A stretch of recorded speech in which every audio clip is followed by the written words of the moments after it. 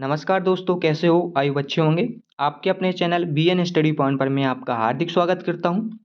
आज की इस वीडियो में बीएससी फर्स्ट सेमेस्टर जूलॉजी का टॉपिक है और जो कि मोस्ट इम्पोर्टेंट क्वेश्चन है। टॉपिक है माइटोकॉन्ड्रिया। आपको 9th क्लास और 10th क्लास में भी पढ़ाया गया है और आपको अब बीएससी में भी पढ़ने को मिलेगा। ठीक है, तो बहुत ही मोस्ट इम्पोर्टेंट क्वेश्चन है आपको एग्जाम की दृष्टि से, तो बने रहिएगा हमारी वीडियो के एंड तक। और चलिए करते हैं वीडियो को स्टार्ट। और यदि आपको इस वीडियो की पीडीएफ चाहिए तो आप हमारे टेलीग्राम चैनल पे जुड़ सकते हैं और जहां से आप फ्री में पीडीएफ डाउनलोड कर सकते हैं और अपने हिंदी नोट्स तैयार कर सकते हैं। ठीक, अब बात करते हैं। आप सबसे पहले बात करते हैं कि माइटोकॉन्ड्रिया का क्वेश्चन किस प्रकार आपसे एग्जाम में पूछ सकता है एग्जामिनर। तो प्रश्न है, माइटोकॉन्ड्रिया की संरचना, रासायनिक संगठन तथा कार्यों को बताइए। और दूसरे टाइप में किस प्रकार पूछ सकता है, माइटोकॉन्ड्रिया को कोशिका का पावर हाउस क्यों कहते हैं, व्याख्या कीजिए। ठीक है, ये दो टाइप से आपसे क्वेश्चन पूछ सकता है एग्जामिनर एग्जाम में। अब write the structure, chemical composition and function of mitochondria. Why is it called power house of a cell. ठीक है, अब बात करते हैं इसके आंसर की कि आपको आंसर किस प्रकार लिखना है। तो माइटोकॉन्ड्रिया को सेल का पावर हाउस कहते हैं क्योंकि यह समस्त एनर्जी का प्रोडक्शन करता है। जिस प्रकार पावर हाउस लाइट का प्रोडक्शन करता है, ठीक उसी प्रकार माइटोकॉन्ड्रिया भी एनर्जी का प्रोडक्शन करता है। ठीक है, आई होप आपको समझ में आ गई होगी।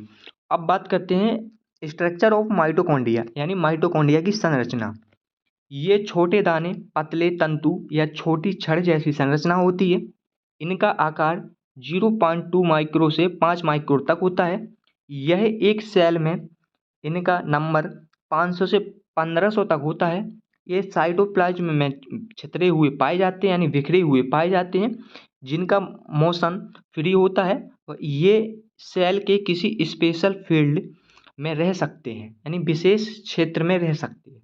ठीक है, और यह डबल मेम्ब्रेन एवं डबल चैम्बर, यानी डबल झिल्ली एवं डबल कोष्ठों का बना होता है, जो कि निम्न है। पहला पॉइंट है अंतकला, अंतःकला यानी इनर मेम्ब्रेन। इनर मेम्ब्रेन क्या है? यह लगभग 60 एंगस्ट्रॉन मोटी होती है तथा आउटर मेम्ब्रेन से लगभग 40 से 70 एंगस्ट्रॉन दूर अंदर की ओर स्थित होती है। यह माइटोकॉन्ड्रियल गुहा में सेप्टा या रिज की तरह निकले रहते हैं। इन्हें माइटोकॉन्ड्रियल क्रिस्टा और क्रिस्टी कहते हैं। ठीक है, अब दूसरा पॉइंट है वाय कला, आउटर मेम्ब्रेन। यह चिकनी लगभग 60 एंगस्ट्रॉन मोटी होती है तथा माइटोकॉन्ड्रिया को घेरे रहती है। ठीक है, तीसरा पॉइंट है बायकोस्ट यानी chamber, outer chamber. Outer chamber क्या है? यह माइटोकॉन्ड्रिया की दोनों झिल्लियों के बीच एवं क्रिस्टी की गुहा का स्थान है। यह लगभग 60 से 80 एंगस्ट्रॉन चौड़ी होती है। और लास्ट पॉइंट है अंतःकोष्ठ यानी इनर चैम्बर। इनर चैम्बर क्या है? यह इनर मेम्ब्रेन के द्वारा घिरा होता है। यह समांग होमोजीनियस माइटोकॉन्ड्रियल मैट्रिक्स से भरा होता है। यह मैट्रिक्स जेल जैसा होता है। इसमें कुछ महीने दाने व तंतु पाए जाते हैं। ये दाने वे स्थान हैं जहाँ द्विसंयोजी बाइवेलेंट मैग्नीशियम व कैल्शियम धनायन बांध कर रखे जाते हैं। ठीक है, ये थे इनके 4 पॉइंट। अब बात करते हैं रासायनिक संगठन यानी केमिकल कंपोजिशन। केमिकल कंपोजिशन है, रॉकर के अनुसार माइटोकॉन्ड्रिया में प्रोटीन 70% तथा लिपिड 25 से 30% तक होते हैं और लिपिड के कुल भार का 90% फॉस्फोलिपिड तथा शेष 10% कोलेस्ट्रॉल, कैरोटेनॉइड, विटामिन ई तथा अन्य यौगिक होते हैं। इसके अतिरिक्त डीएनए व आरएनए भी कुछ मात्रा में होती है। ठीक है, ये थे इसके केमिकल कंपोजिशन। अब बात करते हैं इनके फंक्शन ऑफ माइटोकॉन्ड्रिया, यानी माइटोकॉन्ड्रिया की कार्य व महत्व क्या है। तो माइटोकॉन्ड्रिया के कार्य हैं, माइटोकॉन्ड्रिया कोशिकीय श्वसन में भाग लेते हैं। ये अंग ऑक्सीजन को जलाकर ऊर्जा उत्पन्न करते हैं। ठीक है, ये O2 को जलाकर एनर्जी प्रोडक्ट करते हैं। दूसरा पॉइंट है कोशिका की चयापचय गतिविधि को नियंत्रित करता है।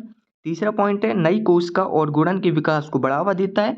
और तीसरा पॉइंट है लीवर की कोशिकाओं में अमोनिया यानी NH3 को डिटॉक्स करने में मदद मिलता है, यानी मदद करता है। ठीक है, और इस माइटोकॉन्ड्रिया का ये स्ट्रक्चर है, ठीक है।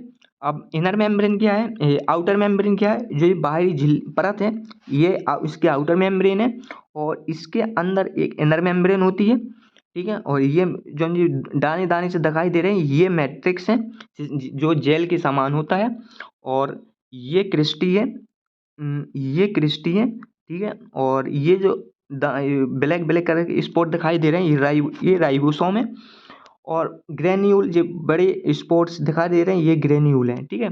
और ये डीएनए है, राइट। आई होप आपको स्ट्रक्चर समझ में आ गया होगा। यदि आपको इसकी पीडीएफ चाहिए तो आप हमारे चैनल पे जुड़ सकते हैं, टेलीग्राम चैनल पे जुड़ सकते हैं, जहाँ से आप फ्री में पीडीएफ डाउनलोड कर सकते हो, और इसकी लिंक मैंने इस वीडियो को डिस्क्रिप्शन में डाल दी है, तो जा करके ज्वाइन हो जाइएगा। Thank you so much.